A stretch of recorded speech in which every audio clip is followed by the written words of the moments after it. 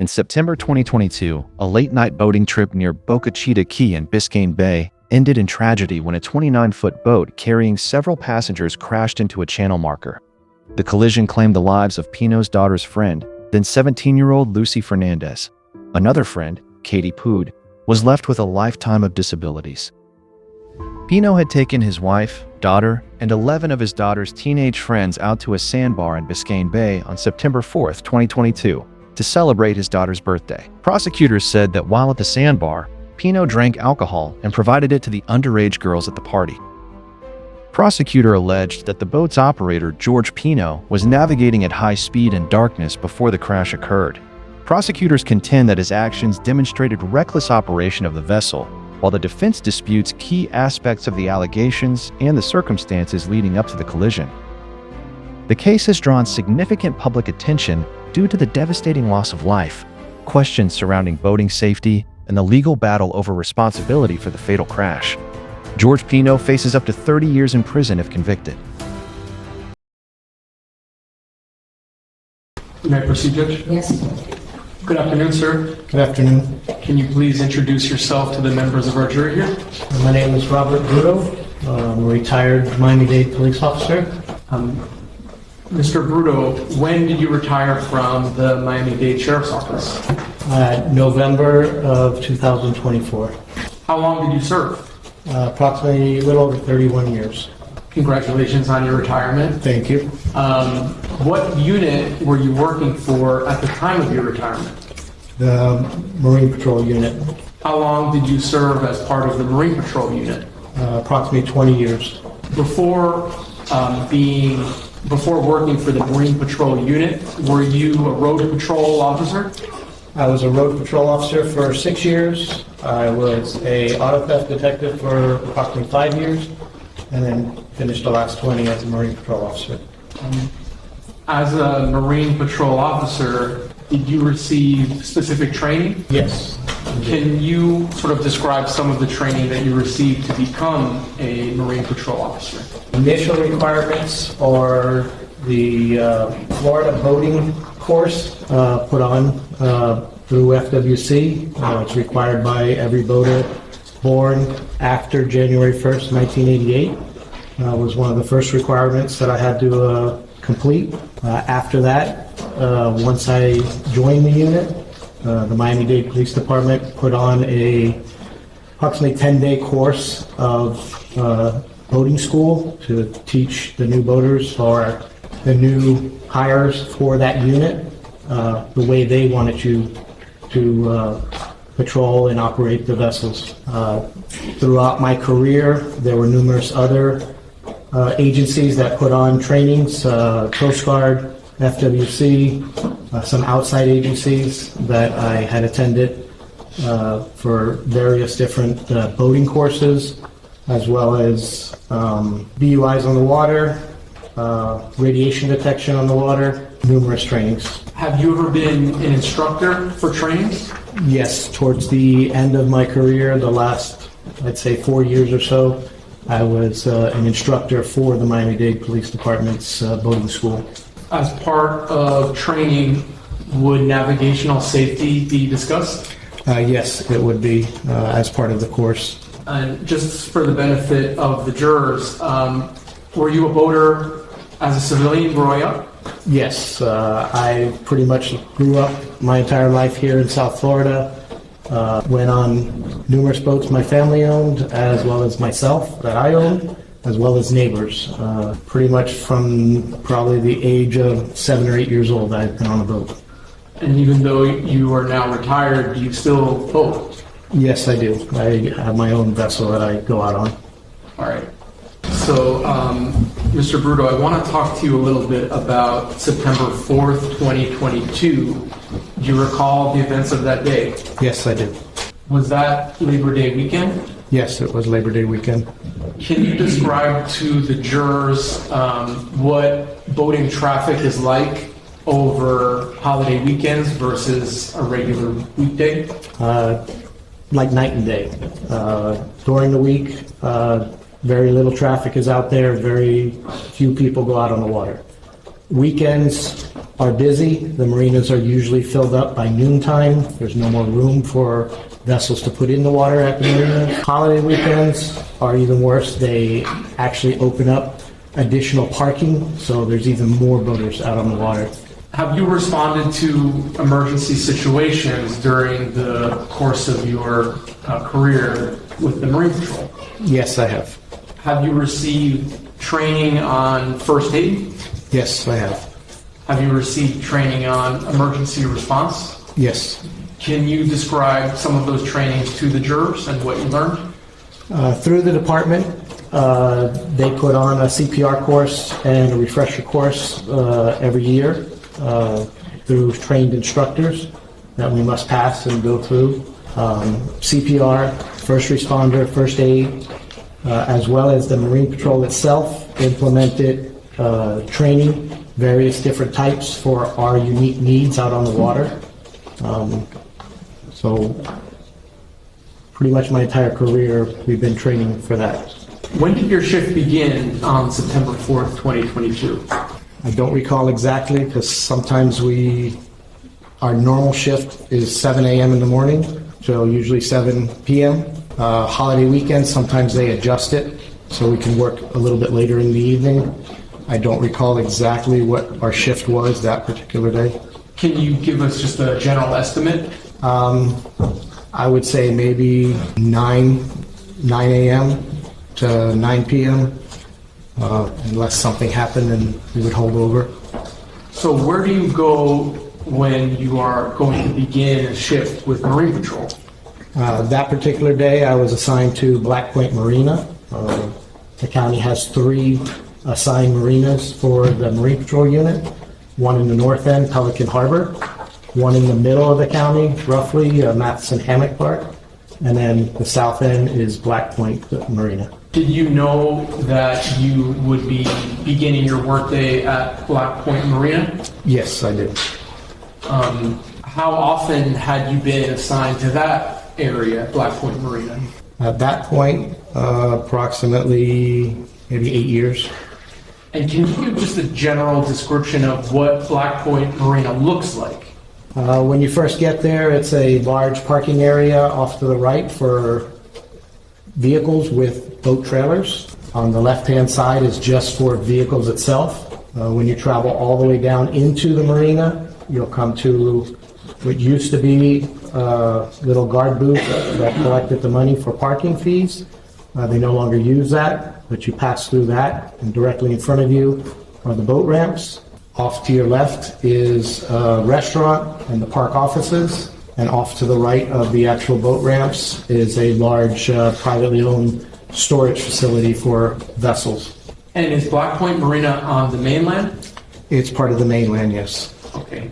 So can you tell the jury some of the duties and responsibilities that were assigned to you on specifically this day? Mainly, we were required to patrol the heavily populated areas of the waterways, to control the speeds, the safety of the boating public and swimmers that were in the water. Black Point's responsibility is roughly from, say, 152nd Street south, everything south of there. Then Matheson Hammock would generally be responsible for 152nd all the way up to like the Port of Miami. And then Pelican Harbor would be from there all the way up to the county line. Not to say we can't go across to help each other out or further, or even into either Monroe County jurisdiction to help them out, or possibly up into Fort Lauderdale to help them out if need be. Are you wearing like a normal patrol uniform? We have the standard polo shirt that some of the road units wear as well, but we wear shorts instead of long pants out on the vessels due to the heat. It gets hot out there. It's hot. Did you have a partner on the vessel? Yes, that day was Officer Marvin Fields was Flores. Marvin Flores was my partner that day for Labor Day weekend. Had you worked with Officer Flores before? Yes, he was my regular partner during any other workday. So when you get to Black Point Marina, are you assigned a particular vessel? We were. Generally, it's the senior officer or the supervisor picks the vessel they want to use for the day, and then the next senior on down the line will pick whatever vessel they want to use. Generally, it's only 2 officers working normally on a day, and we'll just pick whatever boat best suits the conditions for that day. But on a holiday weekend, when everybody comes in, it normally goes by seniority to pick the vessels. I was going to say, you were pretty senior as far as time in. Yeah, but the supervisor kind of trumps seniority all the time. Understood. I understand that. So what was the vessel that you wound up taking? We wound up in what they call the 850 Impact. It's a boat built by Brunswick Corporation, which is a subsidiary of Boston Whaler. 850 is the metric equivalent to approximately 25, 26-foot vessel. What is the top speed that vessel can go? That particular vessel does approximately 52 to 54 miles an hour. And would you go at that speed if you were to respond to an emergency? If the conditions were correct or conducive to that, we would. It just depends on the conditions that we were presented with. Whether it be weather, sea conditions, boating traffic conditions, it just depends on the totality of the circumstances that we're in. What was the weather like on September 4th, 2022? It was clear, clear skies, a light chop on the bay, no rain, so it was a nice day out. And just to give a little bit of insight, when you say light chop, how does that affect boating? It's just the amount of wave that the wind produces on the water. Smaller vessels, it's going to affect more than larger vessels. So it just depends on the direction they're going in and which direction the boat is traveling in. Did the weather conditions or the conditions of the water, did it impede you at all in conducting your duties and responsibilities on that day? No, it did not. Was there anything unique or unusual about the weather conditions or the water conditions on the day of the shift? No. So throughout the day, did you respond first to an unrelated medical emergency? Yes, we responded as a backup unit to one of the other units that had a medical emergency. Around what time of day was that? And you could estimate. Approximately 2 o'clock in the afternoon, maybe, or 1:30 it started. So how do you communicate with dispatch? We have our radios that are programmed, and they're programmed to a specific frequency to communicate with the dispatch. We also have our handheld radios that we carry on us that we usually put on a side frequency specifically for Marine Patrol so we can communicate with each other. We also have our VHF radios. It's a boating radio.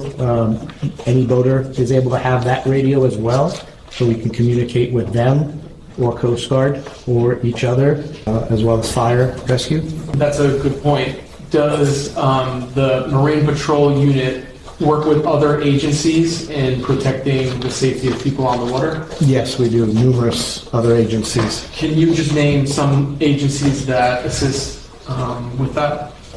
Down in the Black Point area, the main one would be Biscayne National Park officers. Also, Florida Fish and Wildlife has vessels in the area. As you get further north, you have Coral Gables Police Department that has some vessels. Key Biscayne has vessels. Coast Guard also patrols the area, just to name a few.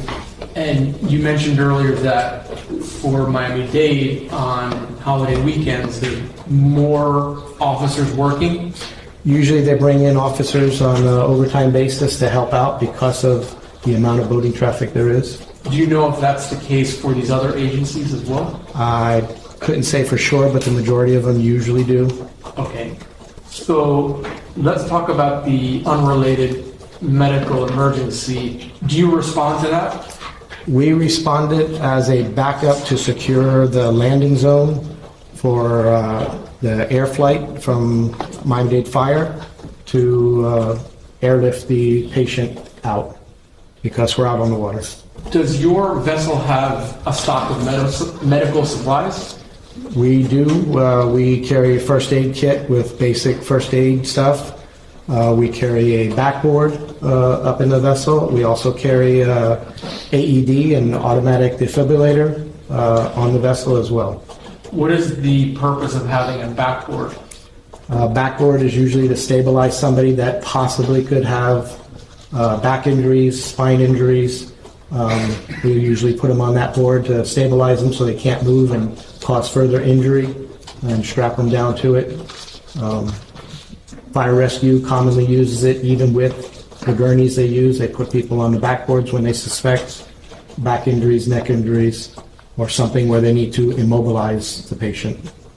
Is that especially important when the patient is on a boat that moves? It would be. If we suspect they might have back injuries or neck injuries, we would want to stabilize it the best we can and strap them down, because the boat is constantly rocking in the water. And you mentioned a defibrillator thing, right? What is that? It's a medical device that we use to not necessarily restart the heart, but regain the rhythm of the heart if it's not pumping correctly. It'll indicate if it needs to shock the person to get it back in the rhythm, or if we just need to monitor them and the rhythm is okay. Were any of those type of supplies used in the unrelated medical emergency? They were used from the other boat that the sergeant had, because the sergeant and the other officers on that vessel were the ones who responded to that call, so they utilized what they had on that boat when they first responded there. Once they called for additional backup and needed us to go to the Boca Chita landing zone, we responded there and just secured the area, but our medical supplies weren't used for that. Okay, so the Boca Chita landing zone, what caused you to go there? We were asked to go there to secure the area so there would be no vessel traffic or pedestrians walking on the island where the helicopter needed to land life flight to pick up the patient. So after you attend to this unrelated medical emergency, what do you next do? We all the vessels that responded there, which was all from Black Point mainly, we all responded back to Black Point Marina. At that point, we were breaking to have a little something to eat and try and restock the vessel that used the medical supplies with medical supplies back in there, because it was such a busy holiday weekend. We want to make sure we were prepared if anything else occurred. How long were you at Black Point Marina restocking medical supplies before another call comes out? I would say 3 to 5 minutes, if that. We had just walked upstairs and just walked in the office. Did you go into emergency mode? At that point, we jumped back on the boats. The call that came out was a boat overturned with a female in the water that they could not find. So we all jumped back in the boats. We had 3 vessels working at a Black Point Marina that weekend. Our boat, the sergeant's vessel, and then a boat with divers on it. When the emergency went out, since there was a possibility of someone being in the water, instead of the divers taking their boat, they just split up between our boats and jumped on our boats. And we all responded to where initially the call went out. The vessel accident or overturned vessel was by Boca Chita Island. Did you respond to Boca Chita Island? We responded to Boca Chita Island moments before we were pulling into the harbor they have. We received additional information that the boat was possibly somewhere along Elliott Key, but Elliott Key is a very long island, approximately 10 miles long. So it didn't give a specific location. So we immediately turned southbound and started traveling down along Elliott Key to try and locate it. Is that uncommon for the location of the emergency to be difficult to determine initially? Most boaters aren't aware of the exact location of where they're at. unless you've been boating many years and know the areas. And even at that, there are some boating maps that call one area something, and on a different style map made by a different company, they'll call an area something different. And then there's areas that are designated as a specific location, but people go there and make up a nickname for it, and some of them stick, some of them don't, and they'll call it the nickname. But it just depends on who's calling in the call, whether they know exactly where they're at, or they just give a nickname or some type of coordinates. So it's not uncommon that they'll give out an information or say, we're 3 miles from Turkey Point, but they don't give a direction of 3 miles where, north, south, east, west. They'll just say, we're 3 miles away from Turkey Point. So it's happened more often than not. How much time passed between the initial call and when you and your partner pulled up to Boca Chita Island, if you could estimate? Maybe 15 minutes from Black Point Marina to Boca Chita. It's approximately 10 miles. So it's a good distance, even on the water where there's no technically speed limits or streets that you have to follow. There's still wave conditions, other boating traffic, and it's just 10 miles is a long ways to travel. You mentioned that you were traveling south down Elliott. Yeah, once we got additional information that it was possibly along Elliott Key somewhere, we turned southbound and started heading along Elliott Key. When do you all come across the crash site? We continue to receive more updates. I believe the next update said it was closer to Caesars Creek, which is the south end of Elliott Key. And then we received another call that it was at Cutter Bank. So we just continued south until we got to the area of Cutter Bank. We were able to see a life flight helicopter from Miami-Dade Fire up in the air, and we kind of just headed towards that way because we didn't notice any other people flagging us down anywhere else. At least initially, did you see the capsized boat? Once we got through the channel markers along Cutter Bank, closer to the south end, we saw the initial overturned vessel, but we were being waved down and saw the helicopter above a smaller white open fishing vessel. There's been some testimony already, but can you just describe Cutter Bank and what it is used for? Cutter Bank is just a shallow shoal that kind of divides where Elliott Key is, southbound towards like the Florida Keys. There is a channel marked that they put up markers on either side of it to travel through where it's dug out deeper so you don't get stuck in the shallow areas on either side of it. It's a long channel and a wide channel. And all of these locations that you're discussing here in court, are they locations that you are familiar with? Yes. With the court's permission, I'd like to use what's already in evidence. It states to, and with the court's permission, may the witness step down to help me publish this exhibit? Yes. All right. And Mr. Brutto, I have a handy dandy pointer here. So Ms. Adams is also going to assist. Can you sort of show the jury the path that you just described to get to the capsized boat? We started off at Black Point, where we were. We went out the channel and traveled over to Boca Chita, coming this way through the small cut here. And when we got approximately about here is where the call came in, additional information that was possibly along Elliott Key, which is this. So let me stop you real quick. So the map has Boca Chita Key written on it. Is that accurate? Yes. Okay, you may continue, sir. Once we got the additional information, we changed course and headed southbound through the channel markers and along Elliott Key. Like I said, additional information kept coming in that it was possibly further south, closer to Caesars Creek, which is right here at the south end of Elliott Key. We continued southbound. When we got somewhere along here, additional information again came in that the overturned vessel was down closer to Cutter Bank, which is this area right in here along the channel markers. So we continued.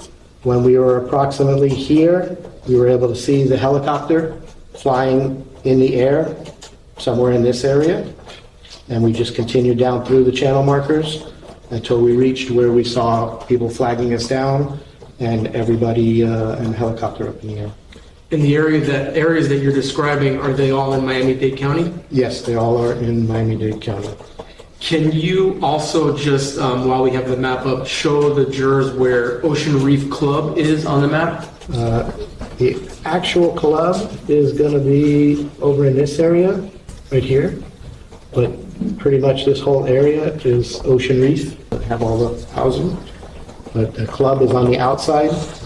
And then there's canalways and waterways going through there for Ocean Reef. Can you show the jurors how someone, if they wanted to go from the area of the channel markers to Ocean Reef Club, how they would get there? From here, you would have actually two different choices. Once you pass through the channel markers, you could either cut through Broad Channel and come around, or you could cut through Angelfish Channel through this way and then come around to get to the outside to where the club is.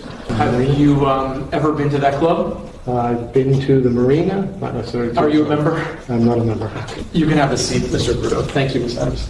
So you mentioned seeing a helicopter. Yes, the air life flight from Miami-Dade Fire Rescue. What else did you see coming from the helicopter? As we approached and came through the channel, they were already beginning to lower one of their paramedics down to the small white open fisherman that was waving us down. How close did you get your vessel to what we've been describing as the Good Samaritan boat? Once we got through that channel and saw him coming down, the prop wash from the helicopter began turning the small boat. So we pretty much went right up against the side on the right side of the Good Samaritan vessel. And I'm just going to interrupt you. Just in case, prop wash, what is that? From the rotor blades of the helicopter, as they're spinning, it's sending down the air to keep it up in the air. It goes straight down below it, and since they were directly above that small boat, the small boat started to turn. Very slowly, not fast, but just very slowly, so it was making it difficult for the paramedic to be dropped and lowered down onto the bow of that vessel. How did you use your vessel to help in that situation? I took my vessel, and again, we came up alongside and pinned that vessel's right side to our vessel, and the other vessel with the sergeant on it pinned it on the left side and stopped it from moving, because now you've got a larger mass. And it still would spin, but a whole lot slower. Our vessels were also a lot larger than the Good Samaritan's vessel, so it was easier for him to lower down onto one of our vessels than to the bow of that vessel. Now, when you look on that Good Samaritan vessel, who do you see on there? There were two females sitting up in the front seat. There was, I believe, a male driver, and then there was another female or two females in the back. One laying down, appeared to be unconscious, and the other one appearing to help with CPR. Was the younger female that was unconscious, did she later became known to you as Lucy Fernandez? Yes. Did you get on that boat to render first aid? Myself, no. Since I was the operator of my vessel, I was obligated to stay with it and keep control of the Good Samaritan's vessel once I tied to it. Who did board that boat from Marine Patrol? I believe it was Marvin Flores, that was my partner, Peter Gonzalez, one of the divers that came with us, Tom Kennedy from the other vessel, and I think Adam Fuana went over there and left the sergeant on the vessel to control his vessel, and the three of us. Was Lucy transferred from the Good Samaritan boat to your vessel? No, she was transferred to the larger contender, which would be more stable in the water. And can you describe how she was transferred from the Good Samaritan vessel to the police boat? We utilized the backboard that we had on our vessel, since we still had one. Personnel, along with the paramedic from Fire Rescue, got her on the backboard as safely as they could, and strapped her as secure as they could, and then they lifted her up and moved her over to the bigger vessel. And what was the goal for Marine Patrol in that moment? What were you trying to do? Trying to get medical attention to the people that needed it the most. Did you know that there were other injured persons as a result of this crash at the time that you were with Lucy? Other than the two other females on that vessel with Lucy, at that point we didn't know, because we didn't get a chance to speak with anybody. Did you see any vessels in that moment nearby that may have had other injured persons? Right at that moment, we were concentrating on getting the medical attention to them.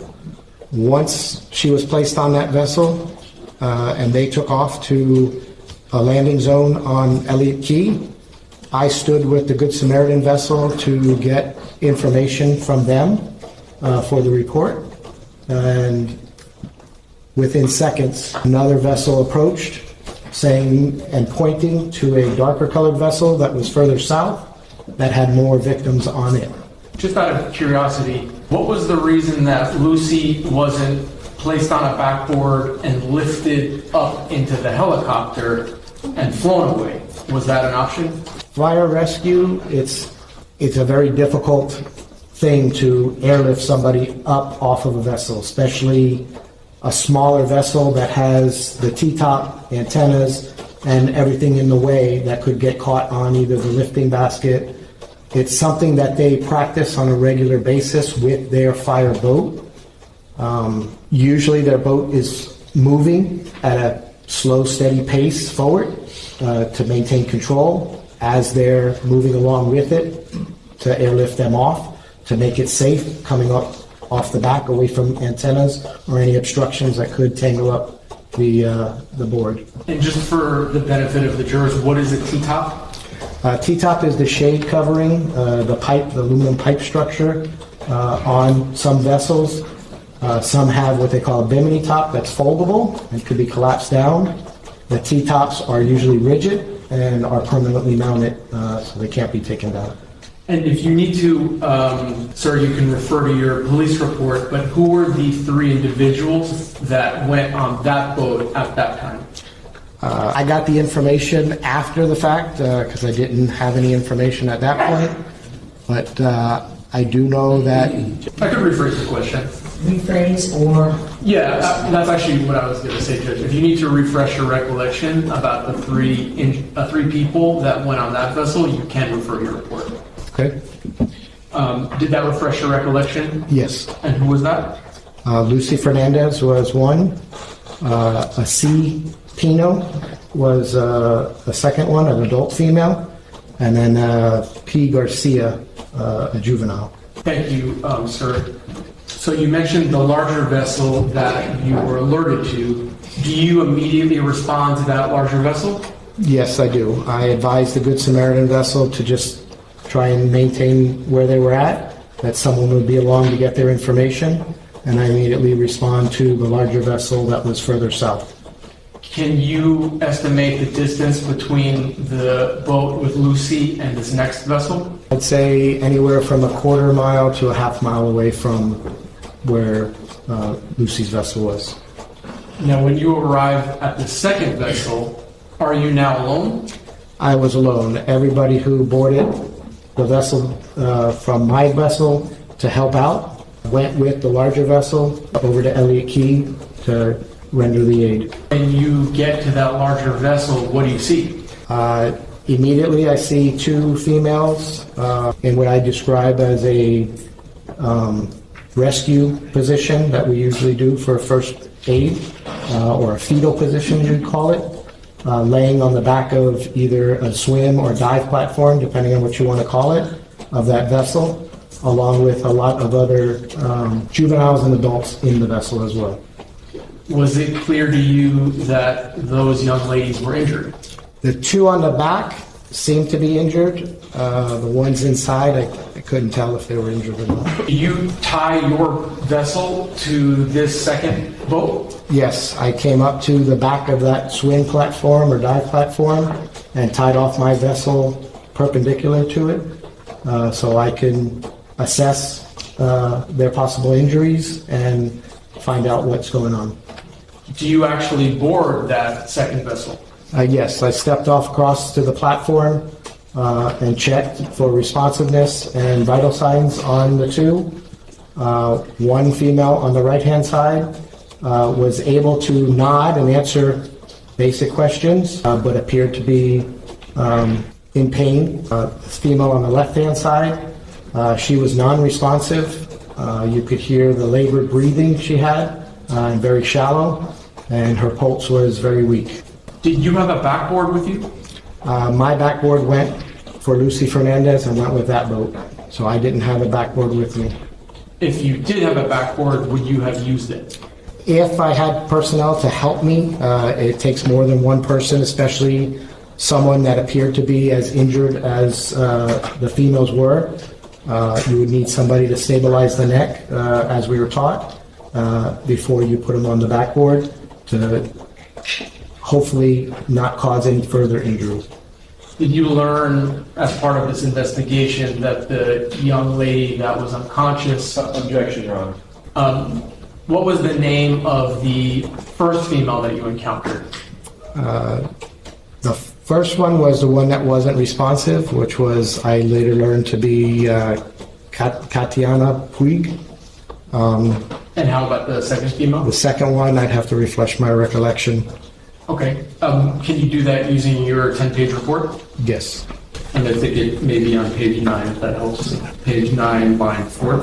Did that help refresh your recollection, sir? Yes. And what is the name of that individual? An I. Rodriguez. Okay. Were these girls teenage girls? They appeared to be young, yes. How many other younger women were on that boat? I believe approximately 9. And were there any adults on that boat when you first got there? Yes. Did you speak with them without saying what they said? Did you speak with them? Yes. Did they provide you information about, what they had done prior to you arriving? Yes. Are you using your radio to try and get help?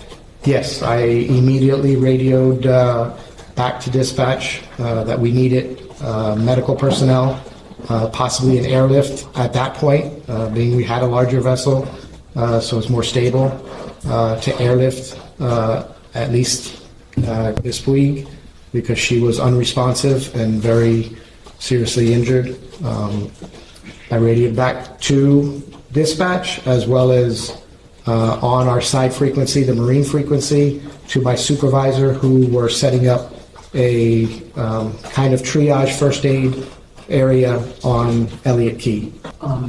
Elliott Key, is that the ranger station there? It's approximately in the middle of the key. Like I said, it's about 10 miles long, so approximately in the middle they have a ranger station and another building, along with bathrooms and a large area that they can use as a landing zone for the helicopter and dockage. Mr. Bruto, at the time of this crash, when you responded, were you equipped with body-worn camera? Yes, I was. Did you activate your body-worn camera at some point that day? Yes, I did. A bit more on the direct with the witness. So let me give you some instructions, please. On instruction, please, you cannot discuss your testimony with anyone. You are under oath. And we'll have you back tomorrow. We'll be back here at 9:30. Okay. Thank you.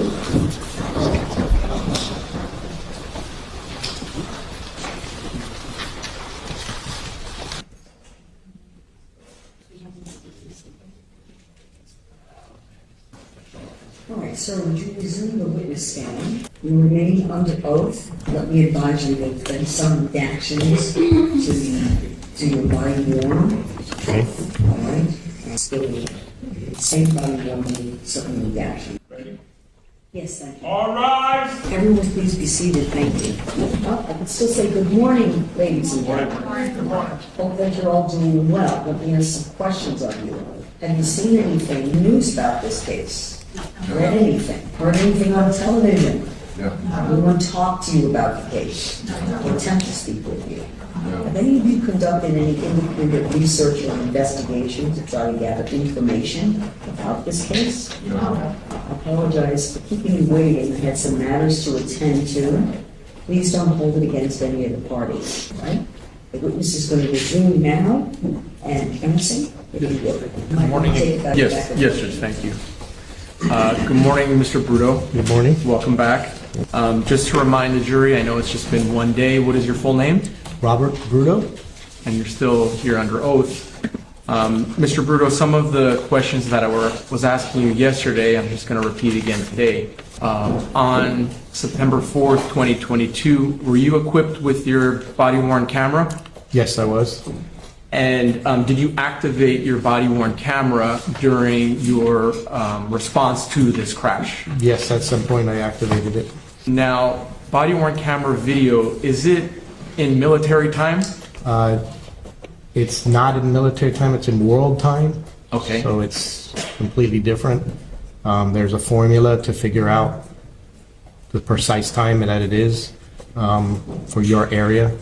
So do you have to convert from universal time to Eastern Standard Time? Yes, correct. Okay. Earlier this week, I believe it was on Sunday, did you, Miss Adams, and I view a portion of your body-worn camera video? Yes, we did. It was actually Saturday, but yes, we did. Okay. And the video clip that we watched together, did it fairly and accurately depict what you saw and what you did on September 4th, 2022? Yes, it did. Judge, at this time, I would ask that the exhibit be introduced. If I could just get that from our clerk. This is without previous objection. All right, so noted. This is 2B for identification. Admitted over objection. State Exhibit 2B, previously marked for identification, will become State Exhibit number 19. Your Honor, may I publish States 19? Yes, I would like to instruct the jury. Ladies and gentlemen, you are about to view and listen to an audio-video recording. I'm instructing you that this recording has been edited to eliminate irrelevant portions that would not add to your understanding of the case. The fact that the recording has been edited should not concern you in any way and must not impact the way you view and or listen to and consider this evidence. Thank you, Judge. And could the witness step down from the witness stand to help me publish the exhibit, Judge? Yes, just keep your voice up, sir. Thank you. I think sitting is fine for me. All right, and I'm going to sit in front just in case I need to stop it at any points. Of course. All right, so before I begin to play the clip, is there a date and time stamp at the top? Yes, there is. Can you let us know what it is? It is September 4th, 2022. And the timestamp 2324, can you convert that to Eastern Standard Time? The formula, it's roughly 4 hours you have to subtract. So in military time, it's 11, so you minus 4, is that about 7:24 p.m.? About 7:24. I'm sorry, sir, you're going to need to keep your voice much louder. About 7:24 p.m. Okay. Whose arm is that, Mr. Bruto? That'd be my arm. And is this when you arrived at that second boat? Yeah, correct. That's approximately when I start the camera. The initial 30 seconds, there's no sound. Yeah, one, possibly two. South of the ICW, almost by Pumpkin G. It's a big black boat. I'll turn off to the back of it right now. Mr. Bruto, you said ICW? Yes, the Intercoastal Waterway That travels where? travels north and south. For right now, we're getting rescue here. Like I said, here comes another chopper, so we'll see. Anybody here witness what happened? We know if we have everybody. Was he on that boat? Do we have everybody that we know of? We took one female from that boat and 2 other people. I know one was a female, but I'm not sure if the other was a male or female. So there were 3. The female that you said was taken off of the other boat, are you referring to Lucy? Lucy, yes, and an adult female, and then the third one, I wasn't quite sure at that point if it was a female or not. Okay. There were 3 people that left on the boat that left. It went to Elliott Key to be transported to the hospital. So your dad, so everybody's accounted for there, right? Everybody's accounted for. And the 3 girls went on the other police boat to Elliott Key. Okay, that's every. Is that your dad? You guys want to pull up over here? Marine Patrol 32. I'm with some other parties that were on the vessel that overturned. They're advising everybody is accounted for. Are you hurt in any way, sir? So please do me a favor, just have a seat for right now, so you don't fall down and get any further injured. Okay, just have a seat. Okay, we've got 3 going to the hospital there. I've got more rescue personnel coming. Sure. Okay. Like I said, please just sit down so you don't fall down. I see you got some injuries. Okay? I just don't want you to get further. They grabbed her as quick as I could, got her in a rescue boat, take her to airlift her to the hospital. Okay? Marine Patrol 32. You said Marine Patrol 32? Yes. What does that mean? That's my unit number in the unit. Just south. Yes, just west of Key. By Ocean Reef. Continue the coordinates again.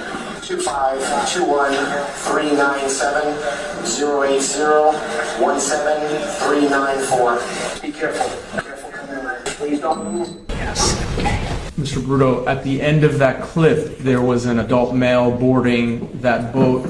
Who was that person? It was Mr. Pino. Do you see him in court here today? Yes, I do. Can you just identify him by an article of clothing, please? Wearing a blue suit, sitting over there. Thank you very much. Stipulated. So, after the clip that we just watched here in open court ended, what did you continue to do on that boat? I continued to monitor the 2 females that were on the back and was just trying to coordinate getting fire rescue personnel as well as other Marine units to get over to get the help that they needed. How long did it take for other units to arrive to assist you? I mean, there was an ocean reef rescue boat that showed up approximately 15, 20 minutes after I was there on the scene, and maybe another 15, 20, 30 minutes before more Marine units from the different agencies started showing up. What was your primary goal when you were on that boat with the defendant and the girls from the boat crash? Mainly to get them the medical attention that they needed. Did everyone on that boat eventually receive medical attention? Yes, they did. Where did you go after you departed from that boat?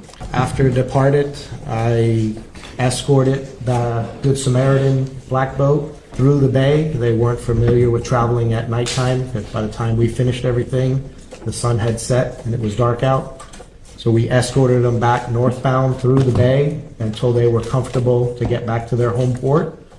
And then after that, we responded to Elliott Key. When you went to Elliott Key, who was there? There were fire rescue personnel, Marine units, FWC units, Coast Guard units. Everyone who was on the scene pretty much responded there.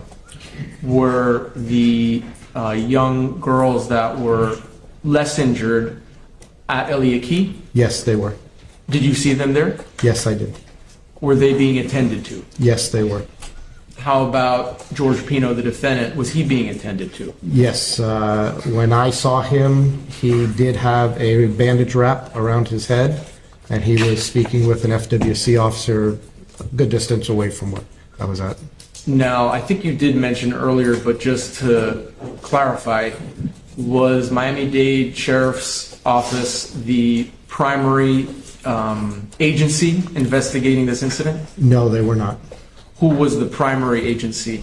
Florida Fish and Wildlife, FWC. So would you agree that well, let me ask you, were you the primary unit for Miami-Dade? I was the primary unit that wrote the initial supplemental report or assisting with other agency report for Miami-Dade. And what does it mean to be a primary unit other than writing the report? Pretty much you gather up all the information and put it down in the report. And is that what you did for this incident? Yes, I did. Did you participate in the investigation after you left Elliott Key? No, I did not. All right. May I just have one moment, Judge? Sure. Thank you, Mr. Bruto. I don't have any more questions for you now. The defense may have a few, and then I may have a few after. But thank you for coming back. Okay. Thank you. Defense, cross. All right, before we begin the cross-examination, I'm going to take the jury out of the courtroom. Please leave your notepads at your seats. Do not have any conversations with each other. 10 minutes, Renee, that's it. We're gonna bring them back. All rise, follow me, leave your notebooks behind. You can all be seated, take a 10-minute break. Please do so at this time. We'll be addressing evidentiary matter. All right, counsel, you've got a Sorry, Judge. body worn, portion of the body worn? Yes, for this witness, Judge. We All don't right. have a portion of body worn camera footage. Okay. That was provided to us by the State of There we go. Discovery. Counsel, please show you some answers of you. Body worn. Don't say anything. Let's review it. And then counsel's going to answer a few questions. Good afternoon, Mr. Bruto. Is this your dad? Mr. Bruto, my name is Mark Shapiro. I represent Mr. Pino. I've been going to play for you some footage, body worn camera footage, which I believe you recorded on the day of this accident. I'm going to ask you if you review it and recognize it and tell me if it's fairly and accurately represents what you were observing that day and an accurate recording of your body worn camera device. Okay. Is this your dad? You guys want to pull up over here? Some of the parties that were on the vessel that overturned, they're advising everybody is accounted for. Are you hurt in any way, sir? So please do me a favor, just have a seat for right now so you don't fall down and get any further injured. Okay, just have a seat.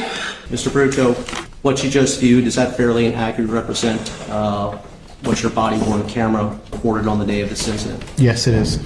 Play the next one, please. It's also, Mr. Bruto, similar, if not, it's actually exact or virtually exact video that you just viewed a few moments ago while under direct examination. Is that correct? Yes. 1 second. What was the timestamp on the first one? For the record, Your Honor. First one is 04.02 to 04.43. The footage that Mr. Bruto just viewed and authenticated is timestamped 4:02 402 to 443. to 4:43. The next video is identified as 650 to 703. 6:50 to 7:03. Mr. Bruto, I'm going to ask you the same questions with regard to authentication after viewing it. Just be careful. Be careful. Mr. Bruto, is the videotape that you just viewed, which is date or timestamp 6:50 through 7:33, does that fairly and accurately represent what you viewed while your body worn camera was recording the incident in question on that day? Yes, it is. The next video clip, Mr. Bruto, that I'm going to ask you to review is timestamped 8:37 through 9:14. Please just stand and I just need to get your information. I'll give you a pad of paper if you can just fill out your information. Did you see what happened? All you did was pick up him? You saw him drifting in the water, you just picked him up? Okay, if you could do me a favor, just write your name, address, a contact number, your FLs, please. Mr. Bruto, did the videotape depicted at 8:37 through 9:14 fairly and accurately represent what your body-worn camera footage picked up on the day in question? Yes, it does. The next video I'd like you to view is time-stamped 27:39 through 28:26. There's a father that's got possibly concussions and lacerations. That's your dad. He's gonna go there. He's gonna follow you there. You're going to Elliot, right? Yeah. He's gonna stay with us. For a while, he's injured. He hit his head. Hey, medical comes over. That's what I'm saying. He's medical. He hit his head and he's got cuts. So I would get him checked out. He's a dad, but he's got injuries. Mr. Bruto, is the video that you just viewed, which is timestamped 27:39 through 28:26, does that video fairly and accurately represent what your body-worn camera footage picked up that day? Yes, it September does. 4th, 2022? Yes, it does. And the next video I'm going to ask you to view, Mr. Bruto, is timestamped 27:39 through 28:25. It's 3116. I'm sorry, 31:16.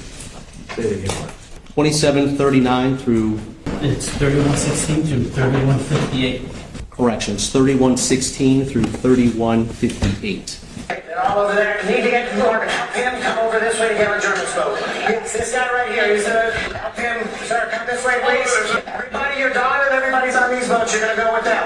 You're going to go with them. Come over to here so you can hold on. Come right here. Okay, sir, this is the contact that you need to call for all the girls that are going there. The parents are all calling this lady who's name is Margarita Suarez. I'll call her as as soon as I know where they're all going to. Officer Robert Bruto. No, Officer Robert what? Bruto, B-R-U-T-T-O. Mr. Bruto, does the video that you just viewed, which is timestamped 31:16 through 31:58, fairly and accurately represent what your body-worn camera footage picked up on September 4th, 2022 while you were working this accident scene? Yes, it does.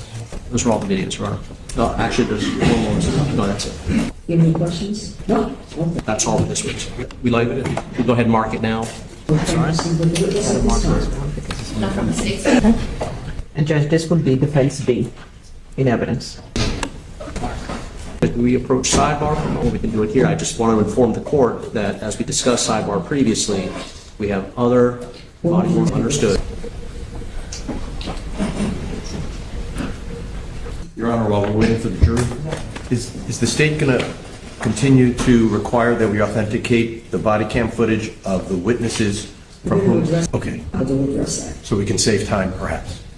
We're going to go ahead and finish this witness. Your Honor, with regard to this witness, we wanted to introduce another excerpt of body-worn camera footage of Officer Delgado, who the state advised they're going to be calling this afternoon. Subject to connecting it up with Officer Delgado's testimony, I'd like to introduce it or authenticate now with Officer Bruto. You have anything you want to say? I do, Judge. The defense listed all of the state's witnesses, I think, well over a year ago. While I indicated at sidebar, I would have happily produced Officer Bruto if they wanted to meet with him to go over this stuff. I would have done so. I did so for him to go up here for a day. I never got that request. Sergeant Delgado, as well as Detective Dalton, and continue to be members of the Miami-Dade Sheriff's Office at the time that this happened, and they still are.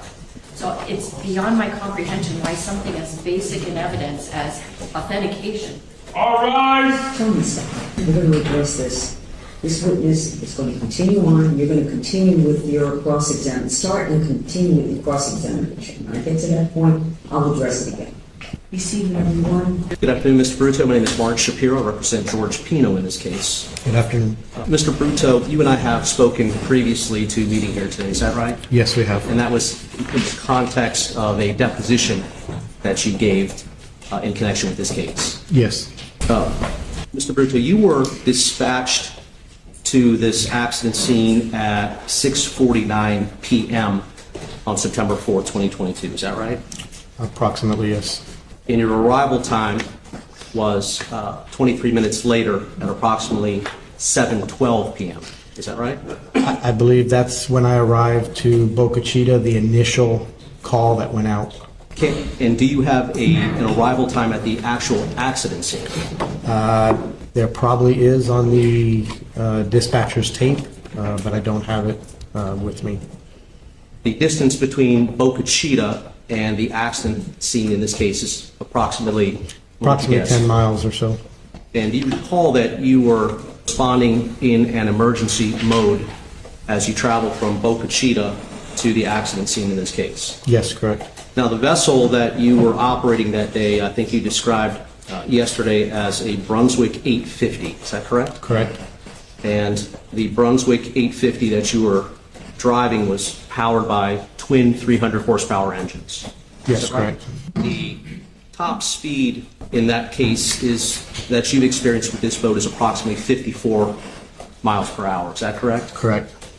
And as you were traveling between Boca Chita Key and the accident scene in this case, you were traveling at the fastest possible speed that the safety conditions would permit. Is that correct? Correct. And when I say safety conditions, I'm talking about the prevailing conditions, right? Correct. That would include the wind. Yes. That would include the lighting. Correct. And it was daylight at that time, correct? Yes. It would also include the waves in the bay. Is that right? Yes. Something that we would refer to as the seas. Correct. And you, I believe that you testified earlier that you thought that the seas were somewhere between 1 and 2 feet. Is that correct? Correct. And so all of these things you must take into consideration when you are operating even a police vessel under emergency conditions when deciding how fast it is safe to travel, correct? Correct. And because of the conditions that were present on that day, at that time, it was your judgment that you could travel at speeds at almost, if not the top end of what your Brunswick 850 was capable of doing. Is that right? Correct. And you traveled at top end speed in your Brunswick 850 from Boca Chita all the way to the entrance of Cutter Bank Channel. Is that right? Correct. And when you reached the entrance of the Cutter Bank Channel, you continued at that same speed, did you not? For the most part, yes. As you approached the actual accident scene, the prevailing circumstances changed, didn't they? Yes, they did. There were other boats there. Yes. You knew that there were possibly people in the water.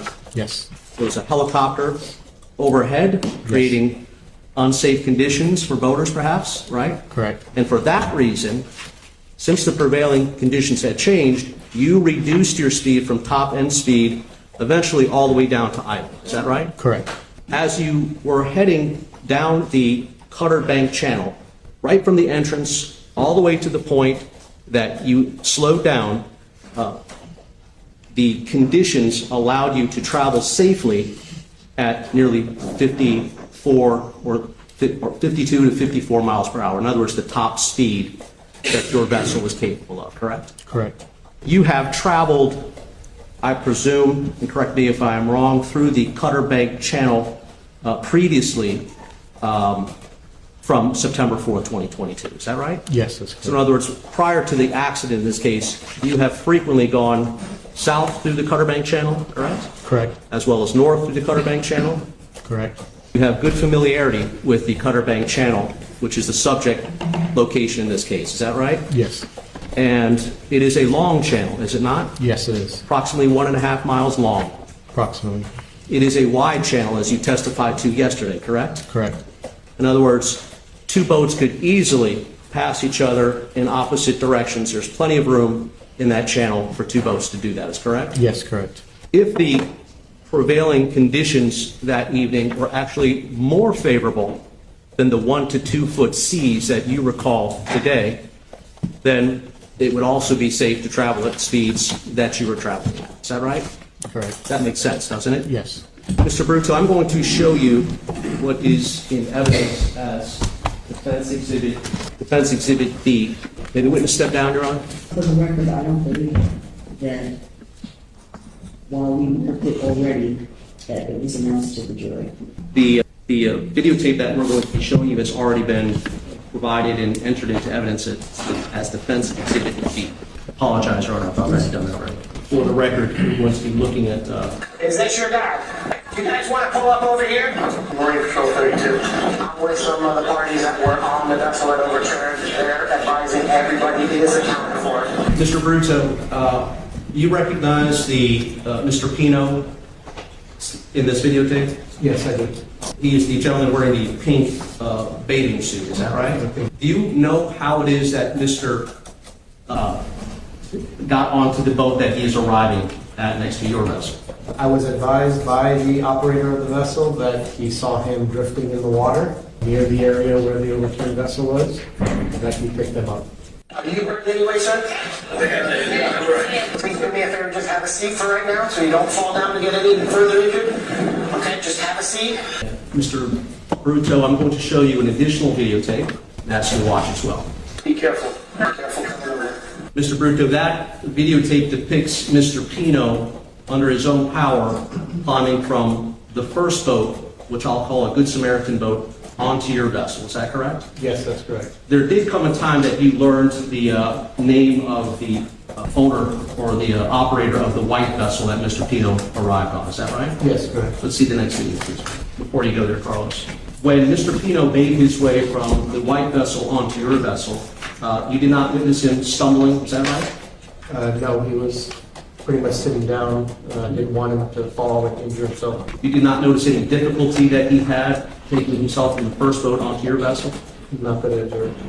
He did not appear to be off balance to you? Not that I observed. Next video, please. Please stand in. I just need to get your information. I'll give you a pad of paper if you can just fill out your information. Did you see what happened? All you did was pick up him? Okay. You saw him drifting in the water, you just picked him up? Okay, if you can do me a favor, write your name, address, a contact number, your FLs, please. Mr. Brutto, and just for the record, you just viewed video 8:37 through 9:34. Did you learn the name of the operator of the vessel? Yes, once he wrote it down on the paperwork. Yeah, Mr. David Rodriguez, is that correct? I believe so. I asked you to view the next video that we have, which is a timestamp 27:39 and 27:39 through 28:26. There's a father that's got possibly concussions and lacerations. That's her dad. He's going to go there. He's going to follow you there. You're going to Elliot. For a while, he's injured. He hit his head. Hey, medical comes over. That's what I'm saying. He's medical. He hit his head and he's got cuts. So I would get him checked out. I would get him checked out. He's a dad, but he's got injuries. Mr. Brutto, you were expressing concern over having Mr. Pino go off with FWC, is that right? Yes, correct. And your concern was that Mr. Pino, in your view, might have a concussion, is that right? Correct. And on what did you base your suspicion? The vessel being overturned, the two other injured parties, and the extent he did also have a cut on the side of his head, so he could have hit himself somewhere, and he could have had a possible concussion as well. So I wanted the medical concerns be addressed first before they started any other investigations to make sure he was stable. Because safety comes first, is that Safety right? comes first. He could have had internal injuries or anything, so we will just try and address it. Right? So in the video that you just watched, which is 27:39 through 28:26, will you please let the jury know, and for the record, what time did this occur? From the timestamp up top, subtracting approximately 7:52 or so p.m. So as of 7:52 p.m., you were concerned about your observations about Mr. Pino. Earlier in the video, your body-worn camera footage, 8:37 through 9:14, you were also concerned at that point about Mr. Pino's possible concussion. Correct. When was it that you first suspected or became concerned that Mr. Pino might have suffered a concussion in this accident? Just due to the fact when he first pulled up, he had the cut on the side of his head, a pretty good sized gash, bleeding, and the amount of damage to the vessel being it was overturned, and the injuries to the other females. When you first met or had interaction with Mr. Pino, was your suspicion about his having possibly suffered a concussion, was it made at that first encounter that you had with Mr. Pino, or near the time? It's always on my mind anytime there's a violent accident like this, that the people's injuries or the victim's injuries could possibly have concussion. It's one of those injuries that you can't really see, and if they have it, it could be very devastating the longer it sits. So that's in a major accident. That's the main concern, or one of the main concerns for all medical personnel. I want to take you back to video body-worn camera footage at 4:02 through 4:43. And this will be the video where Mr. Pino is being driven up in by Mr. Rodriguez's vessel. Is this your dad? You guys want to pull up over here? Just for the record, Mr. Brutto, can you tell us what the timestamp is on body-worn camera footage, timestamp 4:02 through 4:43? Approximately 7:28 p.m. So sometime after 7:28 p.m. is when you suspected that Mr. Pino might have suffered a concussion in the accident. Right. The next video I want to show you, Mr. Brutto, is at 31:16 through 31:58. They're all over there. You need to get help him come over this way and get on German's boat. Yes, this guy right here. He's help him. Sir, come this way, please. Everybody, your daughter and everybody's on these boats. You're going to go with them. You're going to go with them. Come over to here so you can hold on. Come right here. This is the contact that you need. When this video began, Mr. Pino is on a red vessel. Is that right? Correct. Was that one of the fire boats, as far as you know? That is Ocean Rescue's volunteer fireboat. Yes. And who is it, or who was it that was asking Mr. Pino to come from the ocean reef fire rescue vessel onto this other vessel that he climbed onto. That was myself. And you see after you ask Mr. Pino to come to your vessel, Mr. Pino goes from the ocean reef fire vessel and he steps up onto the top of the gunwale of that vessel. Is that right? Correct. And can you explain to the members of the jury what is meant by a gunwale? Gunwale is just the top portion of the side of the vessel, the structural side of the vessel. Now, there is not a lot of width present in this gunwale area that Mr. Pino is walking on. Is that right? Or about to walk on? Approximately 6 or 8 inches. In the water, correct? Correct. While the boat is having movement as the waves and current through the area are taking place. Is that correct? Correct. Yet he's able to climb up on the gunwale, right? Walk a few steps, correct? Correct. Keeping his balance, correct? He's holding on. We always ask them to hold on to something when even we do it, when we do the same movements. Well, that would be the safe thing for anybody to do, right? Yes, correct. If someone were impaired by alcohol, for example, they might not make the wise decision to hold on to the wall as they are walking along this narrow 6-inch gunwale. Is that right? Correct. And that's what Mr. Pino was doing. Right. Unassisted, by the way, correct? And this is at approximately 7:56 p.m. Is that correct? Correct. Yes, this guy right here, he's gonna help him. Mr. Bruto, you saw in the video that Mr. Pino was able to step off the gunwale onto this other separate vessel. Is that right? Yes, correct. By the way, do you have any idea whose vessel Mr. Pino was stepping on? I don't recall his exact name right at the moment. I know I put it down on my report. Good Samaritan? Another Good Samaritan, yes. And for the purposes of the record, would you agree with me that the color of this Good Samaritan's vessel is dark gray? Dark gray, yes. Giving allowance to any color blindness that either you or I may have, is that right? But regardless, Mr. Pino steps off of the 6-inch gunwale onto the Good Samaritan vessel under his own power, Correct. unassisted, correct? Everybody, you're dotted, everybody's on these boats, you're gonna go with them. You're gonna, Mr. Pino then steps up onto the deck area of the Good Samaritan vessel, correct? Correct. Again, unassisted. Right.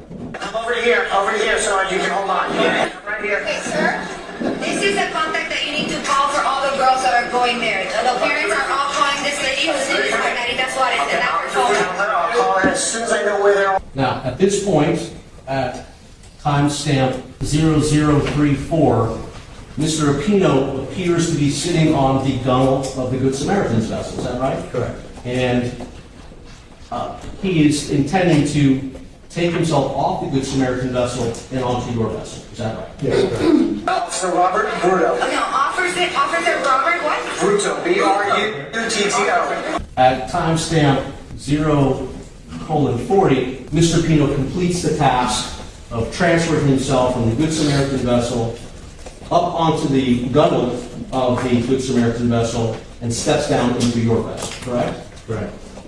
Unassisted. He was assisted by Officer Martin Flores there. He was holding his arm.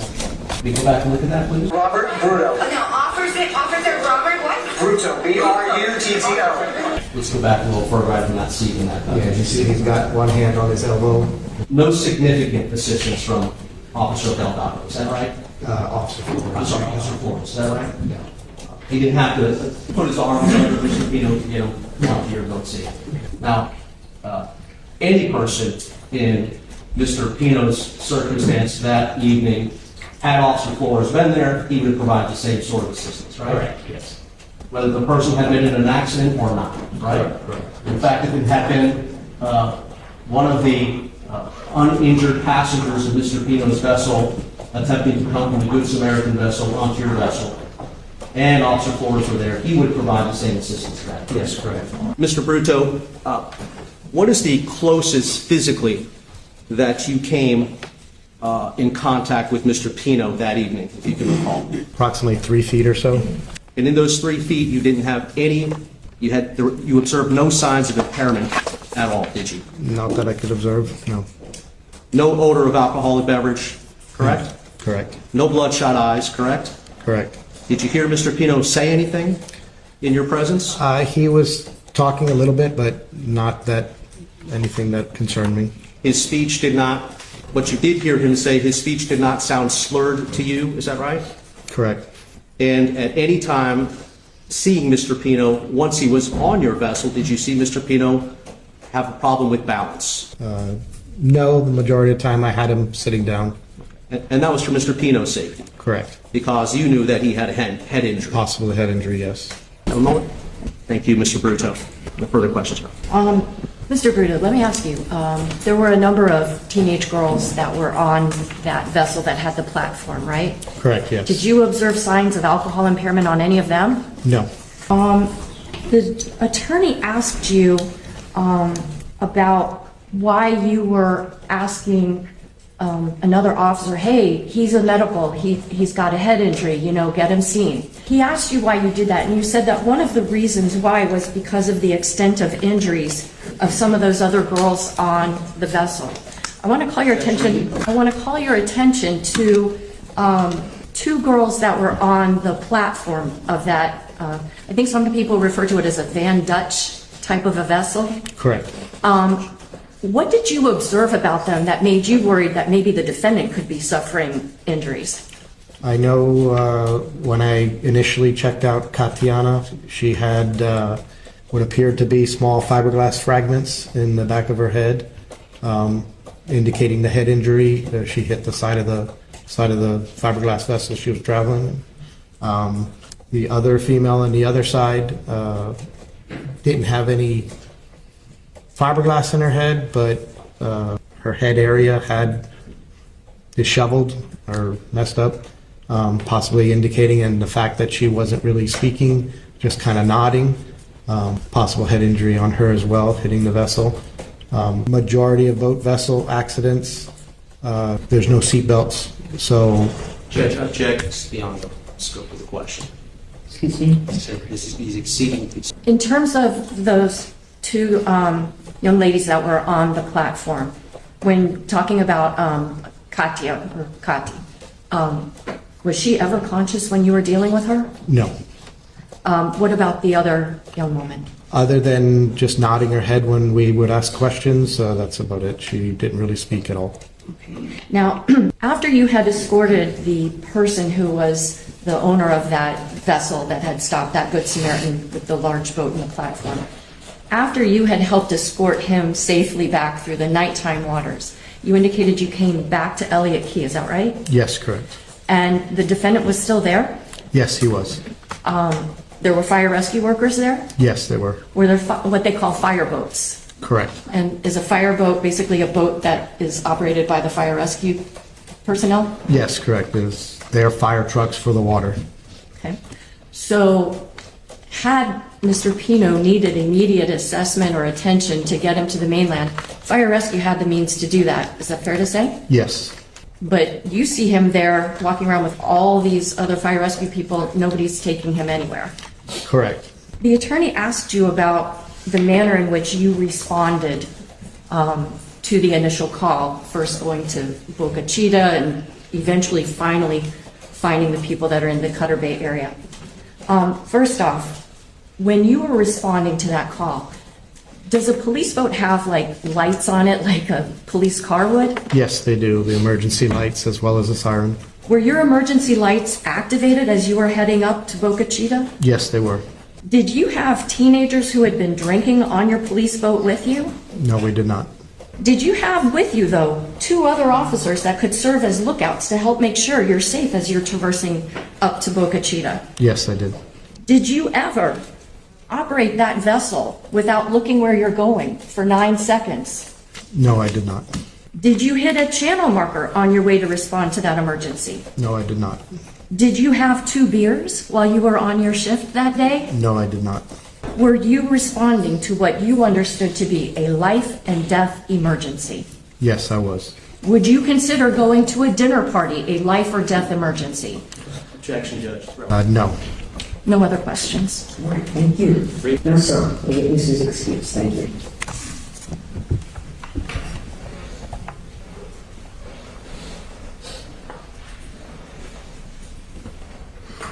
As the trial progresses, jurors hear testimony from witnesses, investigators, and experts. as they work to determine what happened on the water that night and whether George Pino bears criminal responsibility under the law.